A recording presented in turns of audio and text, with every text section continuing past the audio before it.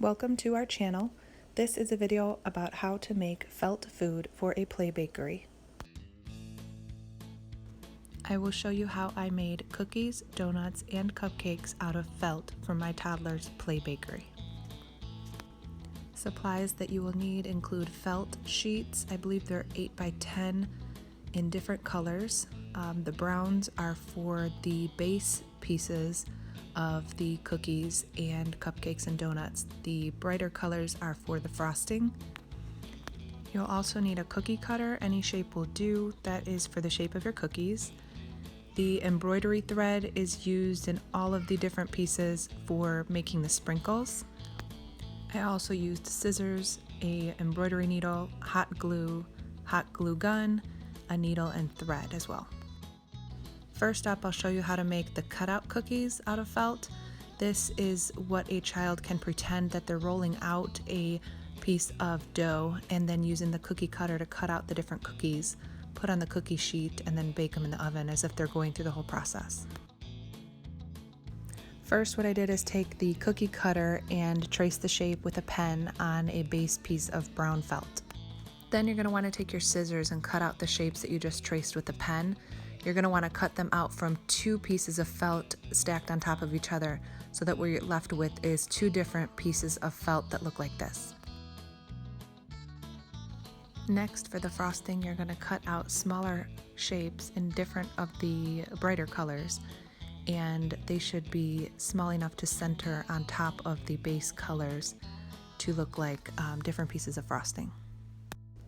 For the sprinkles, you're going to thread a needle with your embroidery thread, and starting at the underside of the cookie, make a stitch up through the cookie and the frosting pieces, and then back down, and keep stitching for each sprinkle until both sides look like this.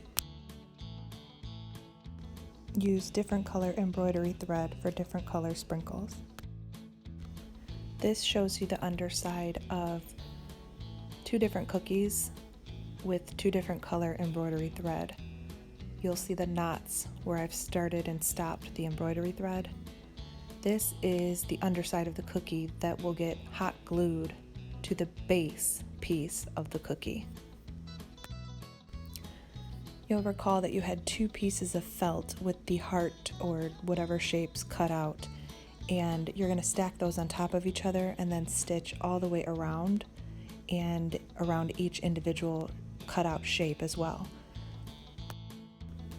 Then you just put the cookie shapes back in the empty spaces of the felt sheet, and the child can use this to play as if they're rolling out cookie dough, cutting out the different cookies and placing them on the baking rack for the oven.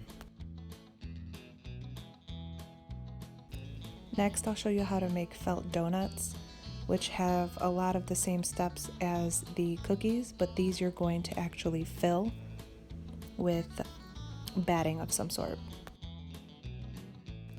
For the donuts, you're going to want to find a felt donut template online, download that, print it out, and cut it out. Trace it onto your felt. Again, you're going to have the brown pieces for the 2 donut pieces and then a brighter color for the frosting. So once you've traced out the template onto your felt with a marker, go ahead and cut it out. You should have 2 pieces of the base donut template for your donut and 1 piece of frosting for each donut. Next, take 2 pieces of the base donut felt with 1 piece of the frosting felt and stack them up and stitch the center. So you'll still have the edges open. You're going to separate the 2 base pieces of the donut, and with your embroidery thread, stitch the sprinkles much as you did with the cookies, but you're going to go through the top piece of the donut and upward through the frosting piece. No stitching through the base piece of the donut. You'll see that the frosting is now attached to the donut by the sprinkles, but I found that the edges were still sticking up, so I hot glued the edges of the frosting to the donut. Then you're going to take and stitch the perimeter of the donut together, the base of the donut to the top of the donut. You're going to fill it with the batting, and then you're going to close it with additional stitches. Here you can see where my son stacked the donuts up. On the edge, you'll be able to see your stitches where the top donut met the bottom donut piece. Now I'll show you how to make the felt cupcakes, which are very similar to both the cookies and the donuts, but I've used two different techniques in closing them, some with stitches and some with hot glue. Just like you did with the donut, you're going to want to find a template online, print it out, cut out your template, trace it onto your felt, and cut out your felt. I'm going to use two different colors of felt, a dark brown for a chocolate cupcake and a lighter color for a vanilla or spice cake cupcake. Each cupcake has 3 pieces of felt, 1 piece for the base, 1 piece for the top, and a 3rd piece for the sides.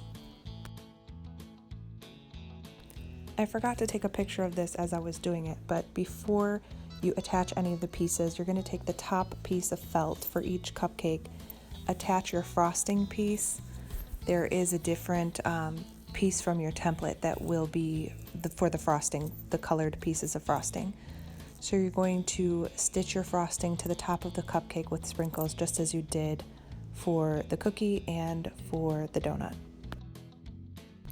These are the cupcakes I sewed together. You're going to basically take the long piece for the sides and stitch it up the shortest edge, short edge to short edge, and stitch that up.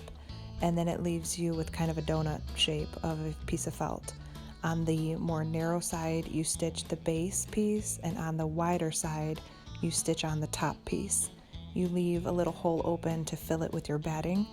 Fill it with your batting and then stitch it all the way closed.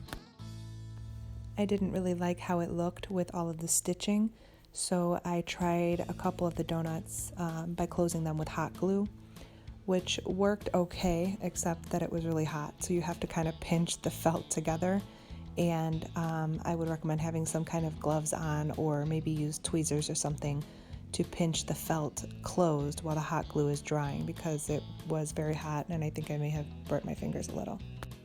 And I meant cupcakes here, not donuts. Once you're done filling and closing your cupcakes, you can finish them off by hot gluing a little pom-pom on top as a make-believe cherry. You can see on the left where the cupcakes are stitched, and on the right where they're hot glued. At the end of all this, I just kind of got sick of doing it, so they look okay, but I would probably get a better matching thread the next time if I wanted to try it again, because I think the stitching looked better, but it was a little bit too dark of stitching, so I would recommend getting a thread that would more closely match the color of base felt that you're using. Just as a little bonus at the end, this is a picture of some of the chalkboard signs I made for my kids' bakery. I just used some chalkboard markers, and it really helped to tie everything together for signage on some of the baked goods that we made for their bakery. Thank you so much for watching. Please don't forget to like and subscribe our videos if you'd like to see more from our channel.